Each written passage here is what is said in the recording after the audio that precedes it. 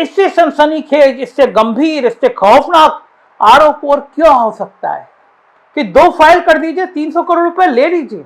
ये मामला देश की सुरक्षा से जुड़ा है। ऐसे जज को दी जाती है जिसकी छवि साफ सुथरी है, जो डरता नहीं है, जो दबता नहीं है। नमस्कार, मैं हूं संजय शर्मा, आप देख रहे हैं 4 PM न्यूज नेटवर्क। एक बार उच्चतम न्यायालय ने सीबीआई को तोता कहा था। इस तोते ने फिर अपना टर बोली निकाली है, सतपाल मलिक से पूछताछ की है। सतपाल मलिक राज्यपाल थे, मुखर राज्यपाल थे। किसान आंदोलन में उन्होंने गजब की क्रांति की थी। प्रधानमंत्री नरेंद्र मोदी पर तीखे तीखे सवाल खड़े किए थे, हंगामा मचा दिया था। कहा था कि किसानों के हित में मेरे को इस्तीफा देने पड़े तो मैं तुरंत इस्तीफा देने को तैयार हूं। सतपाल मलिक की इन बातों से लोग हैरान थे कि कोई गवर्नर इस तरह प्रधानमंत्री नरेंद्र मोदी की आलोचना कर कैसे सकता है, आलोचना करने के बाद अपने पद पर बना कैसे रह सकता है। मगर सतपाल मलिक बने रहे। सनसनीखेज आरोप लगाया था उन्होंने कि किस तरह राजभवन में उनसे रिश्वत मांगी गई, एक अंबानी के आदमी ने और एक आरएसएस से जुड़े बड़े नेता ने। आज उनसे पूछताछ की गई। लिहाजा मैं 2 मिनट अपनी तकलीफ के बारे में और फिल्मी दुनिया से उसको जोड़ के जरूर आपके सामने कहूंगा। हर रात जब मैं सोने के लिए जाता था तो मुझे पाकीज़ा फिल्म की जो आखिरी गज़ल है, वो जो डांस के वक्त गाई जाती है कि आज हम अपनी दुआओं का असर देखेंगे, तीरे नज़र देखेंगे, आप तो आंख मिलाते हुए शर्माते हैं, आप तो दिल के धड़कने से भी डर जाते हैं, उस पे ज़िद ये है कि हम जख्म जिगर देखेंगे। लेकिन उसकी जो आखिरी लाइन थी वो मेरे लिए रेलेवेंट होती थी हर रात, और वो ये थी कि आज की रात बचेंगे तो सहर देखेंगे। खतरे इतने थे। दरअसल 300 करोड़ रुपए की रिश्वत के पेशकश के मामले में सीबीआई ने मेघालय के पूर्व राज्यपाल सतपाल मलिक से पूछताछ की है। उन्होंने राज्यपाल के पद पर रहते हुए भ्रष्टाचार के गंभीर आरोप लगाए थे। मलिक को 2017 में बिहार के राज्यपाल के रूप में नियुक्त किया गया था। 2018 में उन्हें जम्मू कश्मीर भेजा गया था। उनके कार्यकाल में ही अनुच्छेद 370 हटाया गया था और इसके बाद उन्हें मेघालय भेज दिया गया था। राज्यपाल के अपने कार्यकाल के दौरान 2 फाइलों की मंजूरी देने के लिए 300 करोड़ रुपए की रिश्वत की पेशकश की गई, ये उन्होंने बताया। सतपाल मलिक ने कहा था, जम्मू कश्मीर जाने के बाद 2 फाइलें मेरी मंजूरी की आई, एक अंबानी की और दूसरी आरएसएस से जुड़े व्यक्ति की, जो पिछली महबूबा मुफ्ती के नेतृत्व वाली पीडीपी भाजपा संगठन सरकार में मंत्री थे और प्रधानमंत्री के बहुत करीब होने का दावा करते थे। मुझे दोनों विभागों के सचिवों द्वारा सूचित किया घोटाला है और मैंने दोनों डील को रद्द कर दिया। जाहिर है कि इसके बाद हंगामा मचना था और ये आरोप लगाया। इसके बाद 2 एफआईआर दर्ज की गई।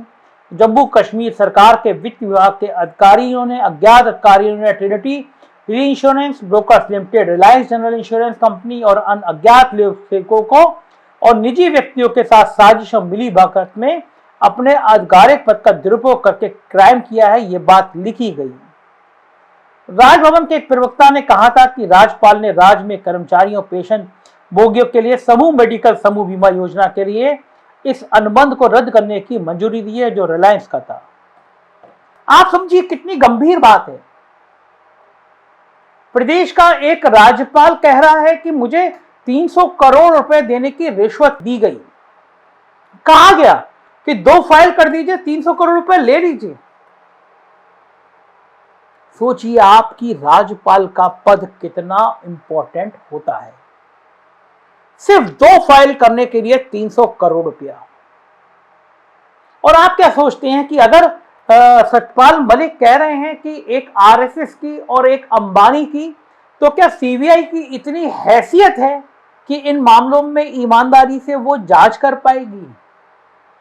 क्या सीबीआई की इतनी हैसियत है कि अगर वो कह रहे हैं कि वो व्यक्ति प्रधानमंत्री के करीब का था, करीबी व्यक्ति था, तो क्या सीबीआई उस व्यक्ति तक पहुंच पाएगी जो प्रधानमंत्री के करीब होने का दावा करता है? और क्या सीबीआई अंबानी और अंबानी के समूह के किसी व्यक्ति से कोई भी सवाल पूछ पाने की इस मुल्क में हैसियत रखती है जब पूरा मुल्क अंबानी और अडानी का है? देश की न्यायपालिका क्या कर रही है? इससे सनसनीखेज, इससे गंभीर, इससे खौफनाक आरोप और क्यों हो सकता है? एक राज्यपाल आरोप लगा रहा है, क्यों नहीं ऐसा हुआ कि सुप्रीम कोर्ट के मौजूदा जज को यह जांच दी जाती, ऐसे जज को दी जाती जिसकी छवि साफ सुथरी है, जो डरता नहीं है, जो दबता नहीं है। क्षमा कीजिएगा सुप्रीम कोर्ट के न्यायमूर्ति, मुझे कहने पे विमर्श हो रहा है, क्योंकि जनमानस में यह छवि है कि सुप्रीम कोर्ट के कुछ जज भी दबाव में आ जाते हैं। सतपाल मलिक का आरोप छोटे मोटे व्यक्तियों पे नहीं है, एक बहुत ताकतवर लोगों पर है। लोकतंत्र के लिए यह आरोप खतरे की घंटी है।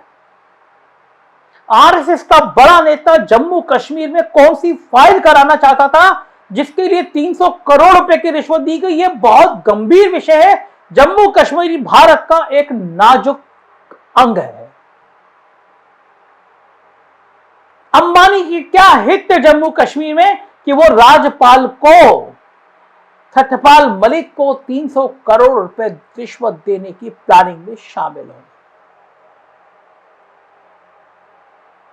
सब कुछ सामान्य नहीं है, बहुत कुछ असामान्य है, बहुत कुछ खतरनाक है, बहुत कुछ खौफनाक है। सीबीआई ने जो कारनामे दिखाए हैं, जिसकी सत्ता होती है उसके आगे चरणबंद होने का जो नायाब नमूना पेश किया है देश में, उसके बाद किसी को भरोसा नहीं है कि सीबीआई ईमानदारी से जांच कर पाएगी। जरूरी है एक सिंगल जज सुप्रीम कोर्ट का या सुप्रीम कोर्ट के 3 जजों की एक मौजूदा जजों की बेंच जांच करे ये आरोप क्या है, 1 महीने के अंदर रिपोर्ट देश के सामने रखे। कौन 300 करोड़ रुपए जो रिश्वत देने जा रहा है, वो कितने हजार करोड़ का क्या काम कराना चाहता था राज्यपाल से, ये देश को जानना बहुत जरूरी है। सीबीआई की जांच सालों तक चलती रहेगी, चलती रही है। नेताओं के मामलों में, बड़े ताकतवर लोगों के मामले में सीबीआई सालों तक जांच करती रही है। यह मामला देश की सुरक्षा से जुड़ा है, क्योंकि जम्मू कश्मीर का हर मामला देश की सुरक्षा से जुड़ा है। मुझे यकीन है कि इसमें बहुत जल्दी फैसला होगा। देश जानना चाहता है कि इसमें क्या होगा। हम निगाह बनाए रखेंगे। आप देखते रहिए 4PM न्यूज नेटवर्क। यही चैनल है जो इतनी करी और खुल के बोलेगा। अगर आपको उत्तर प्रदेश की खबरें देखना हो तो हमारा चैनल 4PM यूपी, और बिहार की देखना हो तो 4PM बिहार सब्सक्राइब करिए। शुक्रिया।